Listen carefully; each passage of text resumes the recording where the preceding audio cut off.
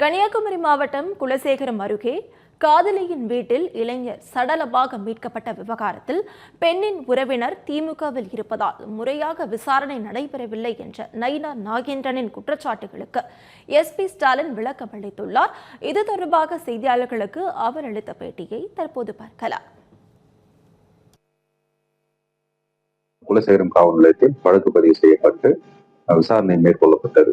அந்த விசாரணை அடிப்படையில் முதற்கட்ட விசாரணையின் அடிப்படையிலும் பிளஸ் போஸ்ட்மார்ட்டம் உடற்கூறாய்வு மேற்கொள்ளப்பட்டது. இதன் இரண்டு அடிப்படையிலும் இந்த மரணத்தில் எந்த விதமான சந்தேகம் இல்லை என்பது தெரிய வந்துள்ளது. மேலும் இது தொடர்பாக விசாரணை இருந்து வருகிறது. தொடர் விசாரணை மேற்கொள்ளப்பட்டது. காம்பவுண்ட் வால் ஜம்ப் பண்ணதுக்கான சுண்ணாம்பு அந்த தடயம் கையில இருந்தது.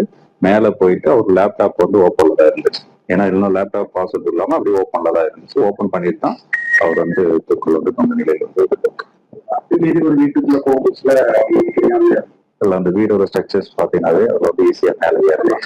ஸோ அதுல ஸ்லாப்லாம் இருக்கு. அதனால ஈஸியா அவர் 22 வயசு இருக்கும்போது நல்லா ஏறப்போகுது. அவரோட முகத்துல அடிச்ச தரமா இருக்குன்னு சொல்லிட்டு அந்த பையனோட போட்டோஸும் சரி கம்ப்ளீட்டா உடற்கூறாயை கம்ப்ளீட்டா வீடியோ ரெக்கார்ட் பண்ணியிருக்கோம்.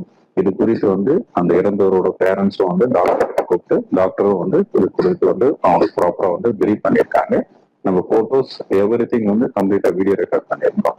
ஸோ அதனால அப்படி எந்த ஒரு காயங்களும் இல்லை. மேலும் தொடர் விசாரணையில் இருந்து வருகிறது. அதுக்கு எந்த சந்தேகம் இல்லை.